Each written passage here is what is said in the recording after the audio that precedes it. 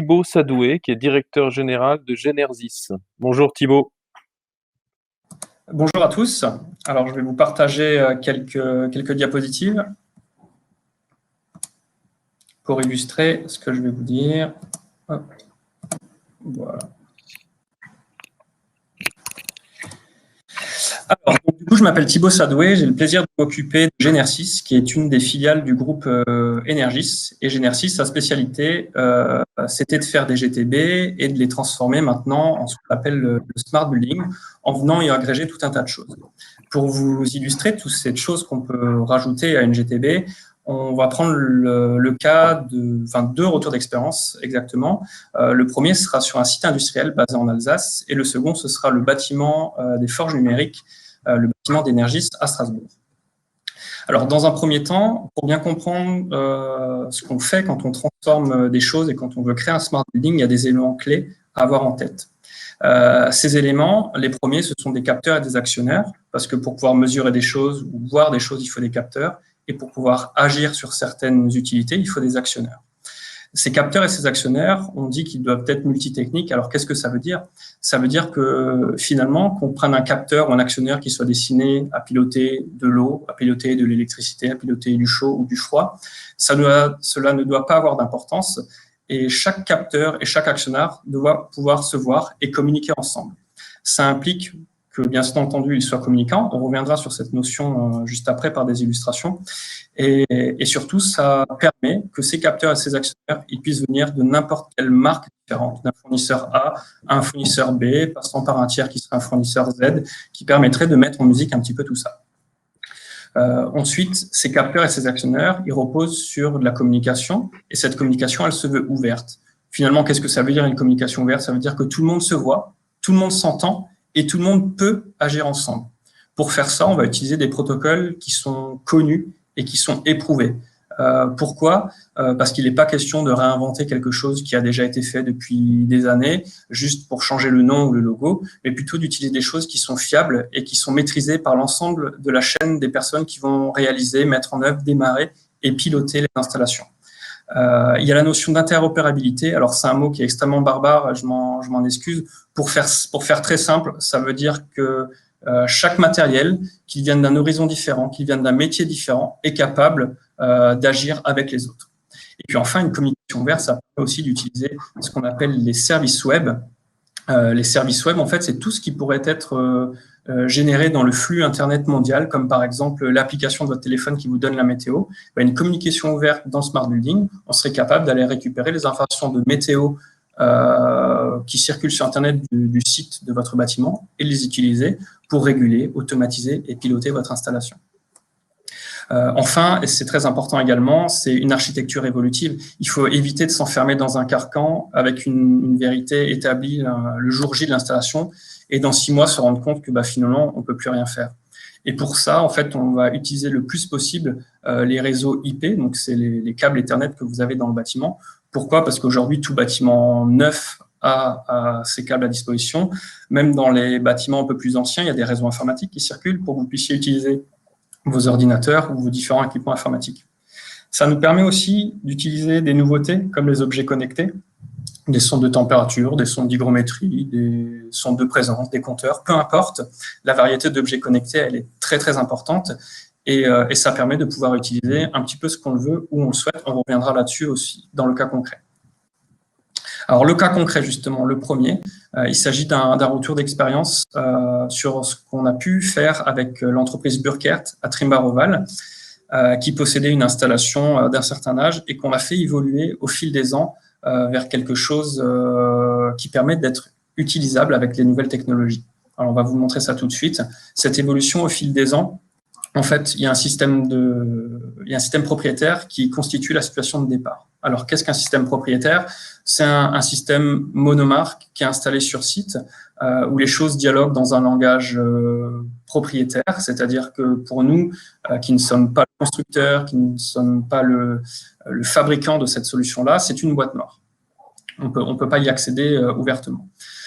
Donc, un système comme ça, c'est très dur à faire évoluer parce que on n'a pas les compétences, on n'a pas le code source de l'installation, qui est une propriété vraiment du fabricant, et on a une architecture qui est fermée, sur laquelle on ne va pas pouvoir connecter beaucoup de choses, sauf à aller chercher des éléments qui sont issus du catalogue du fournisseur. Donc, partant de ce constat-là, il y a une nécessité d'évoluer parce que le système est vieillissant, que pour le changer, il faudrait tout arracher, ce qui coûterait extrêmement cher.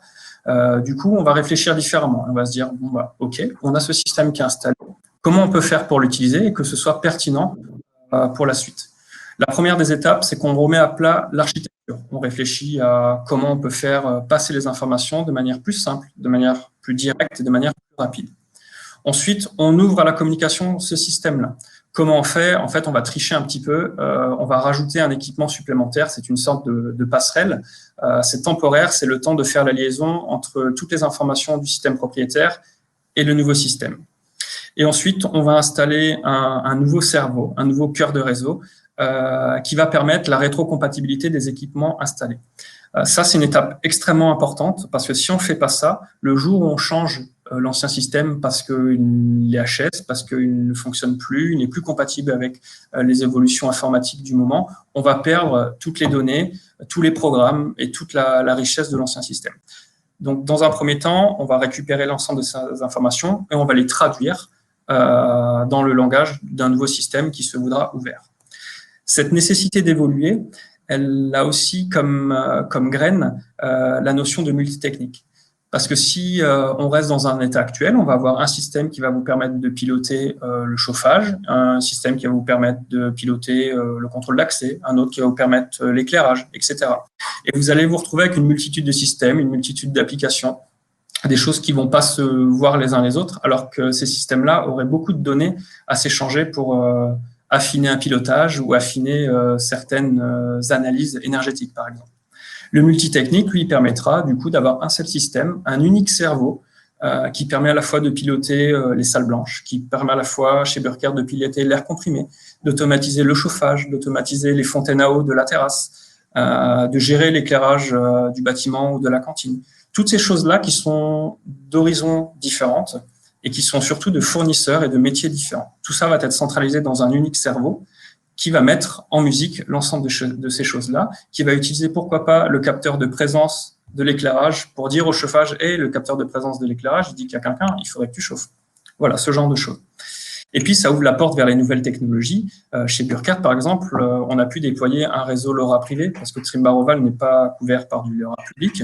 C'est des systèmes assez nouveaux d'objets connectés, des réseaux qui sont sans fil et qui permettent une souplesse d'utilisation et une rapidité d'installation qui sont vraiment très importantes.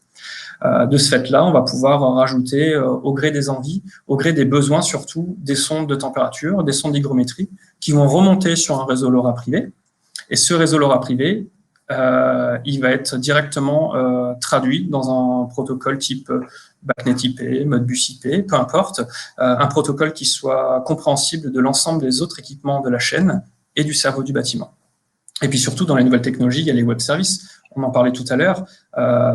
Les web services, ça peut être la météo, ça peut être un lien avec un outil de production, ça peut être un lien avec un ERP pour récupérer des informations de production, des informations RH qui permettent de dire dans cette salle de réunion, demain, il y a une réunion. Ça ne sert à rien que je la chauffe à 8 heures parce que la réunion, elle commence qu'à 11 heures. Donc, du coup, mon système va comprendre que lui, il doit amener la température désirée seulement à 11 heures. Alors, qu'est-ce que ça donne en termes graphiques? C'est un dessin qui est très, très technique parce que le système, là-bas, il est fait pour des techniciens, des gens qui vont piloter les systèmes. Je vous ai mis une illustration qui représente la gestion de l'eau glacée du site. Qu'est-ce qui est important pour eux? C'est d'avoir des commandes à portée de clic. Avoir un bâtiment intelligent, c'est pas seulement avoir un bâtiment qui est capable de tout faire tout seul. C'est surtout un bâtiment aussi qui est accessible des utilisateurs et sur lequel l'utilisateur a la main en toute intelligence. C'est-à-dire, s'il veut arrêter son installation, il clique sur un bouton arrêt et il n'a pas besoin de naviguer dans 50 menus différents pour aller mettre des valeurs sur 0, d'autres valeurs sur 1, et ce qui en ferait une véritable usine à gaz. Donc, chez Burkert, on a des commandes qui sont véritablement à portée de clic, qui permettent un pilotage relativement simple et souple. Vous voyez, il y a des compteurs horaires, puisque les équipements doivent tourner le même nombre de temps pour des raisons de maintenance. Ça permet de mesurer. Et puis,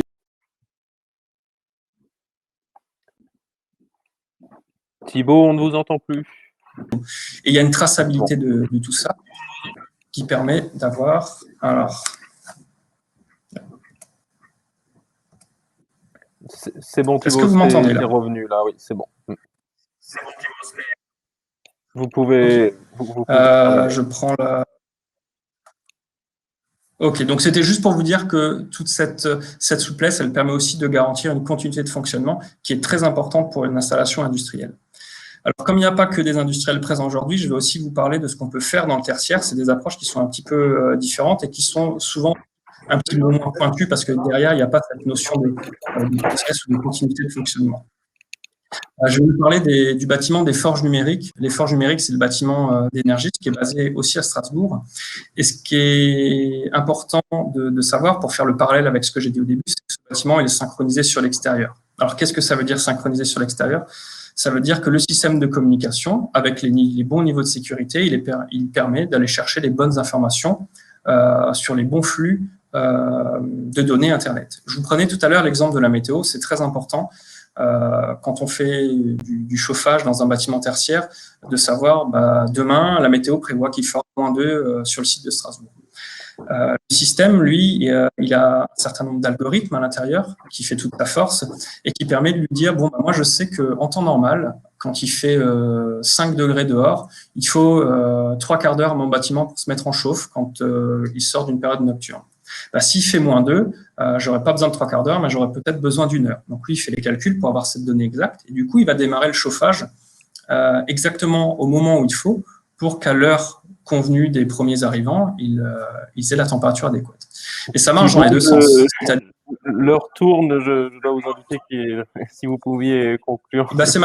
C'est ma dernière slide, donc c'est très bien. Parfait. Cette synchronisation vers l'extérieur, elle veut aussi dire qu'on est capable d'arrêter les installations avant pour faire des économies d'énergie. Et demain, le bâtiment il est capable de s'adapter aux différents besoins des utilisateurs et aux différentes consignes qu'on va lui donner de manière complètement transparente et d'anticiper le fonctionnement et les usages dont on a besoin dans un bâtiment tertiaire. La gestion des salles de réunion, la réception d'invités, la réception d'organisation, les sessions de travail, peu importe, tout ça, il est capable de l'anticiper. Et c'est ça qui est smart dans l'intégration de ce qu'on peut faire d'un vieux système pour le transformer dans un système plus nouveau, relié à des flux nouveaux et à des nouvelles technologies. Voilà, j'en ai terminé. Merci Thibaut pour votre présentation.